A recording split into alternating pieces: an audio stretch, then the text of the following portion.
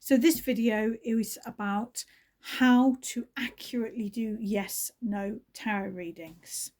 I hate yes, no tarot readings, but actually I did two today in professional readings, and it really made me think this would be a great video to share with you. So the first thing to remember is we've got yes, no. That's what people want to know. But you know what? Sometimes it's a maybe. Sometimes it's an uncertain. Sometimes it's not fixed. Sometimes the answer is does not compute. So try to get away from the black or white yes or no. We'd love to think life was that simple, but it isn't always. And if you leave space for that, it's going to make your readings much easier. So I rarely do one card readings. When I do a yes, no question, and I'm going to share two that I did today, one that I also did for myself today as a neutral, and then I will read and do a live one as well. I have the question very clearly. And the first question was part of a much longer reading about a connection between two people. And the question was very clearly asked, is he attracted to me? We looked at this relationship from many different angles, and my client wanted to know very clearly, is he sexually attracted to me? So I allow up to 4 cards for a yes, no question. That is 3 cards that I have pulled and the card at the bottom of the pack. I am not necessarily looking for one card. So it's not always a case of if I get justice, it's a yes. If I get the devil, it's a no. I am looking for some of those key positive yes cards, which we might consider is the star, the world, the sun, judgment, perhaps the aces. But what I'm really looking for is an appropriate yes card to the question asked. That's what I'm looking for. And I wanted to share this video with you because the answer to this question just blew my mind, as tarot so often did. And I only needed one card to answer this question. And if when I turn the first card, it is blindingly obviously a yes or a no, I stop there. I would turn over up to the first 3 cards. And if I need it, I will look at the card at the bottom of the pack. But as soon as I have my answer, I will stop. So is he sexually attracted to me? First card I pulled was the Ace of Wands. It's a yes. This is a key card of sexual attraction. It's a phallic symbol. We could have pulled the Knight of Wands. We could have pulled the Devil. We could have pulled the Lovers or the Two of Cups, which I think is also, sexual attraction is explicit there. If I'd have pulled the Ace of Cups or perhaps the Ace of Pentacles, that would not have been enough to answer her very specific question of, is he sexually attracted to me? And in any professional reading, if I have pulled all 4 cards and I am not certain or I don't know, I am quite happy to say that. I'm quite happy to say from this reading, I cannot be certain. And I might then give a, but I think. And then, literally in an average month, I might never do a yes, no question because I usually rephrase questions to, have a broader sort of base for me to answer from. But the second question was from a client who grew up in another country, moved to the UK maybe 10 years ago. And she was asking, should I go back and visit the country of my birth? I don't feel settled in the UK. Should I go for a visit back to my country? Or back to my birth country? And again, I turned over one card and it was the 8 of Cups. And I said yes. Because the 8 of Cups can be travel. He is moving on.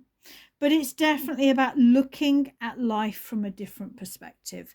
And she feels unrooted in the UK because she never properly said goodbye to the country that she grew up in.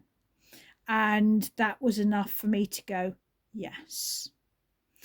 If it was maybe, I'm trying to think, any other travel card would have been a yes for me. The Six of Swords, perhaps the Six of Pentacles, the Chariot, the Eight of Wands. Any cards to do with closure would have worked for me as well, perhaps the World. But anything to do with distraction, maybe the Two of Pentacles would have been a no, it'd be lovely to go back, but I don't think it's really going to help you. And this is where really understanding whichever deck you're working with is so important. And in fact, one of the things that I do when a client asks me a question is, in my mind, I am thinking, what are the positive cards for that question, and what are the negative cards? What am I expecting to see, and what don't I want to see? So it's not a formulaic, these are the yes cards, these are the no cards. It's not a formulaic, if it's upright, it's a yes. If it's not, it's a no.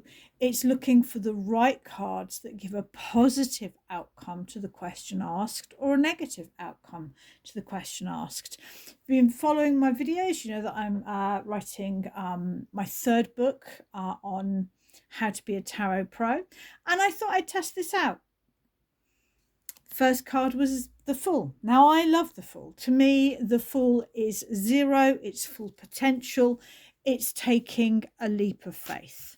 So I read that as a yes, and I stopped right there. So, okay, so I am separated from my husband without going into too many details, but we are not yet divorced, mostly because we don't have any capital to fight over. Not that much point to it at this moment. But he has sent me some quite strong messages saying he's going to divorce me in not the most pleasant of ways. And then, as usual, the silence and the nothing. And one of the things I'm not sure of is it helpful for me to follow up on these messages? Because I've just said, yeah, feel free to divorce me, I'll sign it. But I haven't followed him up and said what's going to happen. So should I follow up with the divorce proceedings with my husband? Yes or no? And the first card is the Devil. In this situation, I would say that is a no. I'm actually going to follow through with the whole reading to see, to give sort of a feel of what would happen. But that is about getting entangled, feeling trapped again. It's about getting pulled back into conversations when I really don't want them. In a tarot reading, particularly when you're reading for yourself, the cards should make sense. The Nine of Wands is PTSD, or it can be PTSD. It can be exhaustion and overwhelm. It's Christmas. I've got a lot on. I really don't want to open this conversation. And the third card is the King of Swords. Even though we don't have any assets, he seems to be wanting a divorce that will include lawyers and solicitors. I have no idea why. And I really don't want to start investigating that in my Christmas break. So based on that, the narrative is no. Now, I almost always, I don't always, but I almost always turn the pack up to look at the card at the bottom of the pack. And the Four of Cups is a card of waiting.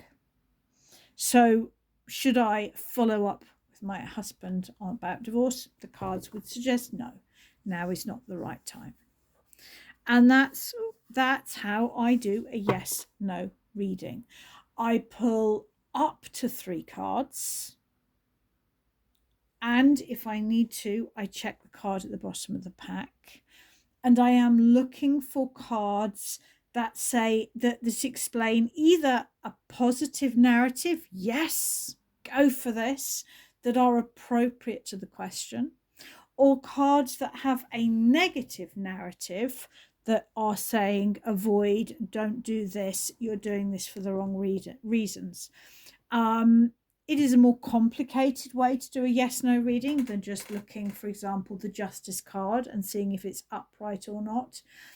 But I think it gives us a better understanding of the yes no question, and it also leaves space for the maybe, uncertain, possibly, does not compute, your question doesn't make sense.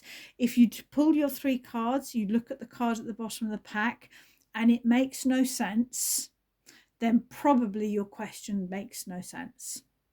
And I've seen this time and time and time again in questions where clients very confidently asked, will I get the promotion, yes or no? And the actual answer is secret option C, the one that you hadn't thought about, which is why just one card, or just choosing one card and defining if that's upright or reversed, it's a yes or no, doesn't work for me, because it doesn't give the card space to point out that your question's wrong. And often it is. So I hope you found that helpful. I'm sorry it's not just a very simple formulaic way of doing yes no readings. Sometimes they work, but sometimes they don't. And as a tarot professional, I need a lot more certainty than sometimes it works.